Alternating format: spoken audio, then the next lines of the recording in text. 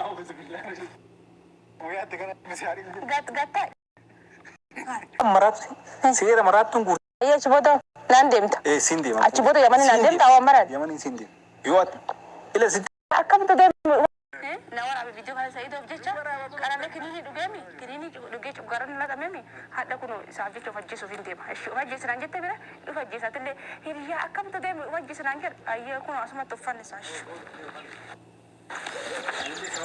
ሮዛ እንግዲህ እኔን ጥሎ የየመን ሴት አገባም ራሴን አጠፋለሁ አለች። ቪዲዮን እስከ መጨረሻ አዳምጡ። ሰላም አለይኩም ወራህመቱላሂ ወበረካቱ። እንደውም የሌላ እምነት ተከታይ ሰላም እንዴት ናችሁ? ወዳችሁ ማከብራችሁ ስለምታበረታቱኝ ጀዛከላ ኸይር ጀዛ። ሮዛ እንግዲህ እዛ የመጣችው ነገር ፕራንክ አልነበረም። መጨረሻ ላይ ነው ወደ ፕራንክ የቀየረችውና ለምንድን ነው ወደ ፕራንክ የቀየረችው? የወሼን አመለካከት ስታየው ቢያንስ እንግዲህ ወሼና ሰይድ አብሮ አደጌ ናቸው። መቼም አብራችሁ ያደገውን ሰው ባህሪው አይጠፋችሁም እና ቢያንስ ወሼ ቢጨነቅልኝ ቢያንስ ያለውን ነገር ይረዳኛል ብላ አስባ ነበርና ሰይድ ባንቺ በኩል ጥፋት የለውም። መጨረሻ ላይ መጥቶ ያንቺን የመጨረሻ ውሳኔ ልጠይቅሽ ነው፣ ጊዜ ሰጥቼሻለሁ፣ ትፈልጊኛለሽ አትፈልጊኝም ሲላት አልፈልግህም በቃ እኔ ሌላ ሴት አገባለሁ ሲላት እኔ ሚዜ ሆንልሃለሁ። ለምንድን ነው ሚዜ የምትሆኚው? በቢላ ወጋታለሁ ሚስትህን አለችው። ለሚያገባት ሚስት ምን ያህል ጥላቻ እንዳላት ነገረችው። አልፈልግህም ብለዋለች እና ሰይድም እንግዲህ ሌላ ሴትም አልፈልግም ወደ የመን ሄዶ የመን አገባለሁ ሱመያም አላስቀምጠኝ እያለች ናት። የመንን ማግባት የፈለገው ሰይድ ሱመያ የመኒ አግባ ስላለችው ነው። በቃ የሱመያ ሙራድ መሙላት ብቻ ነው ሰይድ የሚፈልገው ማለት ነው። በቃ እሷ የመኒ ሴት ነው የፈቀርኩልህ እንጂ አበሻ ሴት አልፈቀርኩልህ። ለምን አበሻ ሴት ነዝናዛ የቂጥ ቁስል ስለሆነ ነው እሷም ያልፈለገችው ማለት ነውና የቂጥ ቁስል እንግዲህ አያስቀምጥም። ለዛ የመኒ ሴት ቢያንስ ትከባበራላችሁ።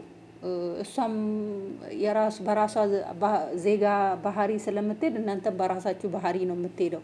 ለምን ብዙ አረቦች ሁለት ሚስት ያገባሉና ስንት ራህመት የሆኑ ሴቶች አሉ። እና ለዛም ነው እንግዲህ ሰይድ ያንን የወሰነውና ሮዛ ደግሞ ለሱ ብዬ መድኃኒት ጠጥቻለሁ፣ ለሱ ብዬ ታምሜያለሁ፣ እንዴት እኔን ጥሎ ደግሞ ሂዶ የመን ያገባል? እኔ በባህር መሄድ እፈልጋለሁ፣ በባህር ዘኸኝ ሂድ አለችው። ኦሼ እየቀለደባት ነው፣ አክሽን እያላት ቪዲዮ እየቀረጻት እኔ ራሴን እያመኝ ነው ላብድ ነው መሰለኝ ምናምን ስትለው የሚያብድ ሰው ፍቅር ይዞሻል አላት። የሚያብድ ሰው ልብሱን አውልቆ ራሱን ጥሎ ነው የሚሄደው። እንደዚህ ኖርማን ሆኖ አይደለም። አንቺ ትክክለኛ ሰይድን ወደሽ የምታብጂው ልብስሽን ስታወጪ ነው። እንደዚህ ልብስሽን ስታወጪ ራቆትሽን ስትሄጂ ራስሽን ስትጥሊ ነው ማበድሽን ማቆማ። እንደዚህ አላምንም አላት። ራሴን አጠፋለሁ ላይ እሺ ሂጂ የላ አጥፊ ራስሽን አላት። ገመድ ይዤ መጥቻለሁ። በዚህ ናህል እንግዲህ አሮጣይና አራሮጣለሁ የሚባለው ነገርና የዛኔ እንደዛ ሲለምንሽ በቃ ሴት ልጅ መቁረጥ አለባት። እውነቱን ነው የምላችሁ። የሚወዳችሁ ሰው ጋር እውነት ትክክለኛ የሚወዳችሁ ሰው ከሆነ እናንተ የምትወዱት ከሆነ የማይጎረበጣችሁ ከሆነ ወስኑ፣ ወላሂ ወስኑ። እንደዚህ አከሌ እንደዚህ ይለኛል፣ አከሌ እንደዚህ ይለኛል። እናንተ ኑሮ ላይ መጥቶ የሚኖር ሰው ማንም ሰው የለም። እናንተ ምንድነው እናንተ የተመቻቸ ኑሮ ስትኖሩ የተሻለ ቦታ ላይ ስትደርሱ እንደ ቂጥ ቁስል እየተከተሏችሁ ጉድ አንድ ሰሞን ነው ይላል የሀገራችን ሰው። የሆነ ነገር ካለፈ በኋላ መጸጸት ትርጉም የለውም። አሁን ልክ ሮዛ ሱመያን አለች እንጂ ሱመያን አይደለም የፈራችው። ሱመያ መጀመሪያውንም ህይወቷ ውስጥ አለች።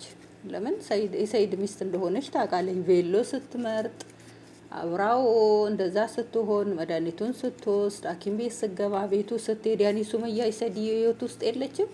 እኔ ለምን እንደዚህ እንደው ያው ዩቲዩበሮች አንዳንድ ጊዜ ያው መሸቂያ አንዳንድ ጊዜ ቪዲዮአቸው ቫይራል እንዲወጣ ማረጉት ጉድ የለም እንጂ ሲጀመር እሷ ይዳዋ አላለቀም ነው እየተባለ ያለው።